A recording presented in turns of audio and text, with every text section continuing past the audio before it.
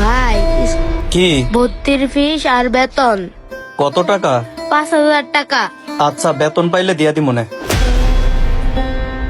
আমা বলো। বাবারে ভালোই আছো?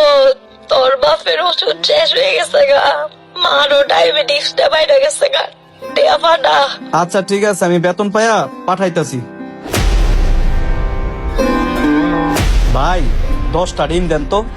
ভাই আর কত বাকি নিবেন? 4,500 টাকা হয়ে গেছে ভাই বাকি।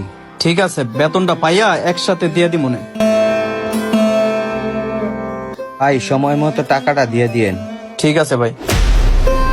কি ব্যাপার এখানে দাঁড়া রইছ? কই তোমারে না বললাম শার্ট নিয়ে আসার জন্য একটা? টাকাই কোলাইতে পারি নাই।